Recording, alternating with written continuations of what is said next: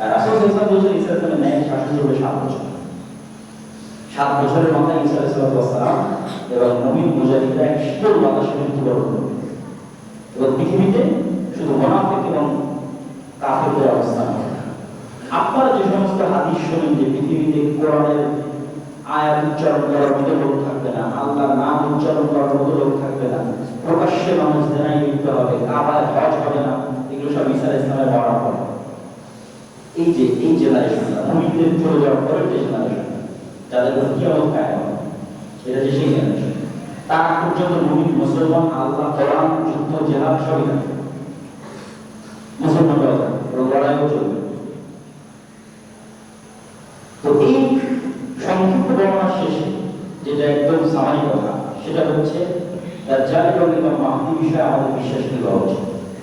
আল্লাহ নবী আমাদের দোয়া শিখিয়ে দিয়েছেন যে আমরা দাজ্জালের ফিতনা থেকে পরিত্রাণ চাই, বলতে সালাত আল্লাহুম্মা নাউযু মিন ফিতনাতিল মাসীহিদ দাজ্জাল। তো আমাদের এটাই চাওয়া হচ্ছে যে দাজ্জাল এবং ইমাম মাহদী আসার পূর্বেই যেন আমরা ঈমান নিয়ে পৃথিবীতে চলে যেতে হবে, এটাই চাওয়া। কখন ইমাম মাহদী আসলো, কখন দাজ্জাল আসলো, সেই সময় অনুসন্ধান করে যেখানে যুক্ত হতে যাওয়া, এটা রাসূল সাল্লাল্লাহু আলাইহি ওয়াসাল্লাম নয়। কেন ওই ফিতনায় পড়ে আপনি ঈমান হারিয়ে দিতে পারেন, আপনার ঈমান অত মজবুত নয় যে আপনি দাজ্জালের ফিতনায় টিকে থাকবেন। তো দাজ্জালের ফিতনা আসার আগেই দুনিয়া থেকে বিদায় হয়ে যাওয়া, আল্লাহর কাছে এই দোয়া করতে হবে। তো দাজ্জালের ফিতনা থেকে বাঁচবেন কিভাবে? পুরো ঘটনা সামনে কিন্তু বুঝতেছে। দাজ্জালের ফিতনা থেকে বাঁচার ওই ব্যক্তি জীবনে বাঁচতে পারবে না যার ন্যূনতম সম্পদের প্রতি অবৈধ লোভ আছে, একদম জুতা পড়া। তার পক্ষে দাজ্জালের ফিতনা থেকে বাঁচা সম্ভব নয় যার সম্পদের প্রতি ন্যূনতম অবৈধ লোভ আছে। এই মানুষ কি করবে? এই দাজ্জালের অনুসরণ হবে। আর দাজ্জালের ফিতনা থেকে সেই বাঁচতে পারবে যে ঘুণার অবস্থায় মারা যাবে, না খেয়ে মারা যাবে, সম্পদবিহীন মারা যাবে, খ্যাতিবিহীন মারা যাবে, নির্যাতিত অবস্থায় মারা যাবে, কিন্তু ঈমান বিসর্জন দেবে। ওরকম পাক্কা ঈমানদার না হলে দাজ্জালের ফিতনায় কেউ টিকে থাকতে পারবে না, ধ্বংস হয়ে যাবে, কাফের হয়ে যাবে। দাজ্জালের জান্নাত জাহান্নাম, দাজ্জালের জাহান্নাম জান্নাত। এই জন্য আমাদের ঈমানকে মজবুত করতে হবে এবং পরকালে যে আস্থা নাই ও পাবে না, যে পরকালকে চোখে দেখতে পাবে। ওই যে যাদেরকে আস্থা মজবুত, যাদেরকে আওয়াজ করা যারা এক জালিম বাদশা আত্মনিক্ষেপ করেছিল এক বালকের প্রতি, বালকের কথা আল্লাহ ঈমান আনা করেন। তো মা কোলের সন্তান সহ আগুনে ঢুকে গেছে। কেন? ওই মা দেখতে পাচ্ছে যে আগুন হচ্ছে জান্নাত, ও বিশ্বাস করে, 100% বিশ্বাস করে যে আমি যে আগুনের মধ্যে ঢুকতেছি আগুন জান্নাত। এই একই ঘটনা তো দাজ্জালের সময় ঘটবে। দাজ্জালের আগুনের মধ্যে জান্নাত মনে করে ঢুকতে পারবে, সেই কেউ ঢুকতে চায় না। তাহলে জান্নাত মনে করে ঢুকতে কেমন? যদি পরকালে বিশ্বাস না করে, আল্লাহর প্রতি বিশ্বাস না করে। এই জন্য আমাদের ঈমান মজবুত করা ছাড়া এই ফিতনার যুগে বসবাস করা বা ঈমান নিয়ে বেঁচে থাকা খুব কঠিন। 2 নম্বর শিক্ষা কি? 2 নম্বর শিক্ষা হচ্ছে, দেখেন পৃথিবী ধর্মের উপর কট্টর হচ্ছে। আমেরিকার প্রতিরক্ষা মন্ত্রী সে শুধু তার দিনের উপর কট্টর, ভারত তার নিজের দিনের উপর কট্টর, ইসরায়েল তার নিজের দিনের উপর কট্টর। সবাই নিজ নিজ দিনের উপর কঠোর থেকে কঠোর হচ্ছে। আর সবচেয়ে বড় সিকুলার হওয়ার চেষ্টা করতেছে, নিজের দিন ছেড়ে দেওয়ার চেষ্টা করতেছে, নিজের দিনকে বিনম্রভাবে ভুগতেছে তা মুসলমানেরা। তাহলে খ্রিস্টানের মুক্তি যদি তার দিনে হয়, ইহুদি মুক্তি যদি তার দিনে হয়, হিন্দুর মুক্তি যদি তার দিনে হয়, মুসলমানের মুক্তিটা নিজের দিন। আপনি তখনই স্বাধীন যখন আপনি আপনার দিনে অটল, তখনই আপনি মজবুত বিজয়ী যখন আপনি আপনার দিনে অটল। বেঁচে থাকা বিজয় নয়, মরা তো লাগবে, সবাই তো মরে। ঈমানের উপর মরা হচ্ছে বিজয়, রাসূল সাল্লাল্লাহু আলাইহি ওয়াসাল্লামের উপর অটল থাকা অবস্থায় মরা হচ্ছে বিজয়। এই জন্য ইব্রাহিম আলাইহিস সালাম তার পরবর্তী বংশধরের জন্য আল্লাহর কাছে দুটো দোয়া করেছেন, রব্বি জাআলনি মুকিমাস সালাতি ওয়া মিন যুররিয়্যাতি, রব্বি জাআল হাযাল বালাদা আমিনা ওয়াজনুবনি ওয়া বানিনা না'বুদাল আসনাম। আল্লাহ এই মক্কা শহরকে বিজয়লাভ করে দাও, আর আমার পরবর্তী বংশধর কোনদিন যেন মূর্তি পূজা না করে, মানে শিরক না করে, ঈমান না হারায়।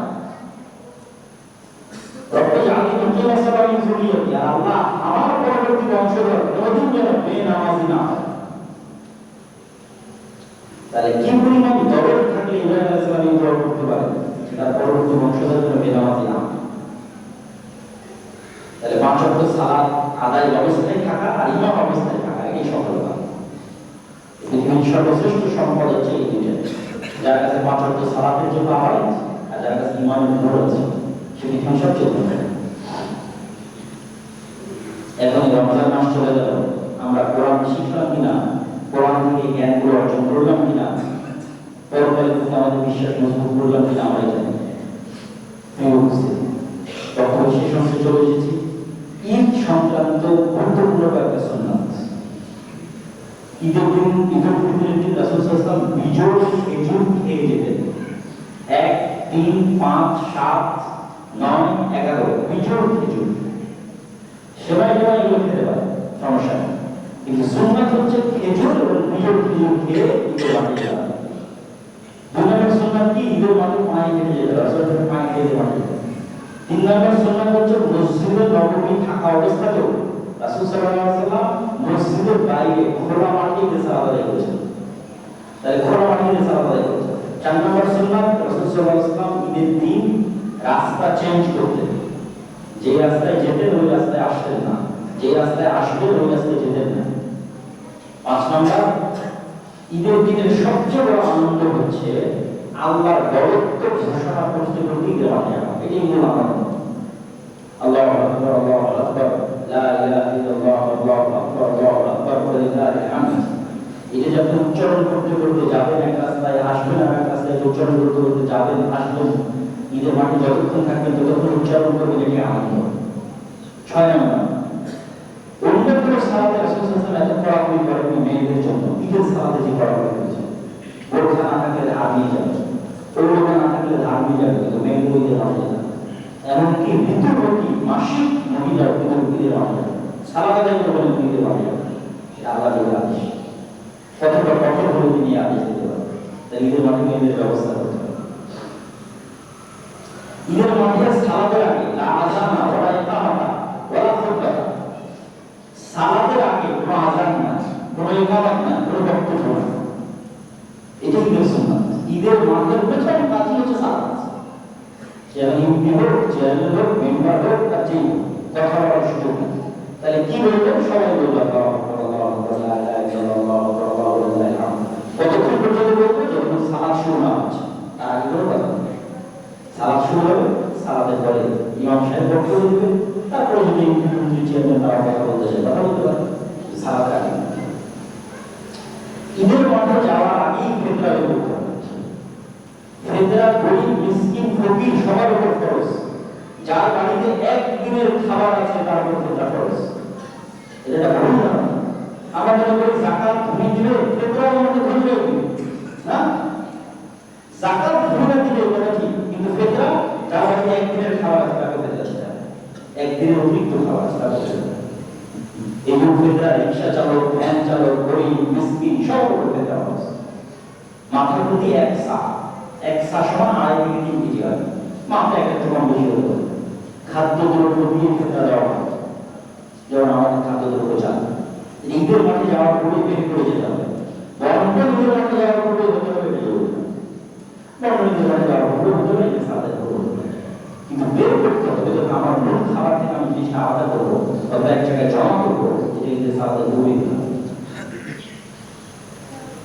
এই জরুরি সুন্নাত বিষয়গুলো আমরা ঈদে পালন করার চেষ্টা করবো ইনশাআল্লাহ। আর ঈদ আল্লাহর দেওয়া আমাদের দিন, এক পবিত্র দিন, রাসূল সাল্লাল্লাহু আলাইহি ওয়াসাল্লামের সুন্নাত। এটাকে যদি আমরা বেহায়াপনা, বেলেজাপনা, অশ্লীলতা, গান বাজনা এগুলোকে অপমান করি, এটা আসলে আল্লাহর অপমান, নবী রাসূলের অপমান। এই ঈদের সম্মানটা রক্ষা করার আমরা চেষ্টা করবো। আত্মীয় স্বজন, পাড়া প্রতিবেশী, বন্ধু বান্ধব, ইয়াং জেনারেশন সবাইকে আমরা ঈদের যে পজিটিভ আনন্দ সেটার জন্য উৎসাহিত করবো। যত হালাল হয় আনন্দ আছে সব ঈদের দিন করা যায়। ঈদের সবচেয়ে বড় হালাল আনন্দ কি? খাওয়া। এই জন্য ঈদের দিন আমরা হারাম, ঈদের দিন রোজা হারাম, ঈদের অনেক বড় একটা আনন্দ হচ্ছে খাওয়া। হালাল যা আছে সব খান, ভালো হালাল যত খেলা করা যায় উদযাপন করে, কিন্তু গান বাজনা দেখা করা বেলে যাবো না, এগুলো থেকে আমাদের বেঁচে থাকতে হবে। আল্লাহ সুবহানাহু ওয়া তাআলা আমাদের আজকে সুন্দর আমল করা, দাজ্জালের ফিতনা থেকে বেঁচে থাকা এবং আমাদের ঈমানকে মজবুত করার তৌফিক দান করুন আল্লাহ। এই ঈমান মজবুতির জন্য আমি একটা বই লিখেছি, আল্লাহর পথে আসা। গত সরকারের পতনের পর থেকে যখন বিভিন্ন সংগ্রাম প্রোগ্রামে বিভিন্ন অনুষ্ঠানে গেলাম, তখন আমি দেখলাম সবাই দুনিয়াবি আসবাব দিয়ে বেশি কাজ করার চেষ্টা করতেছে। কি আল্লাহবাদ ইসলামী দল সবার টার্গেট হচ্ছে দুনিয়াবি কার্যকরণের সূত্রগুলো প্রয়োগ করা। গায়েবের যে কিছু কার্যকরণের সূত্র আছে, এটার প্রতি ইয়াকিন মুসলমানদের কমে গেছে এবং গায়েবের মদদের মাধ্যমে যে বিজয় হবে এটার উপর ইয়াকিন নেই। ফলে কি ইসলামের কি আল্লাহবাদ সবাই চেষ্টা করতেছে দুনিয়াবি কার্যকরণের সূত্রগুলো অবলম্বন করতে। তখন আমি বলতে লেখার সিদ্ধান্ত নিই যে আগে মুসলমানদের ঈমান কি গায়েব না, গায়েবের উপর ঈমান কি ইয়াকিনের স্তরে নিয়ে যেতে হবে, যেটাতে তারা বুঝবে যে না গায়েবের কার্যকরণের সূত্র আসল।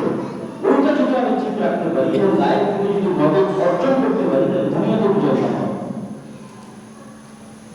এই জন্য এই বইটা প্রত্যেক স্কুল, কলেজ, ইউনিভার্সিটি প্রত্যেক ব্যক্তি সবাই করার উপরে দেখা উচিত। ইসলামের সার নির্যাস এই বই বলে তুলে ধরা আছে।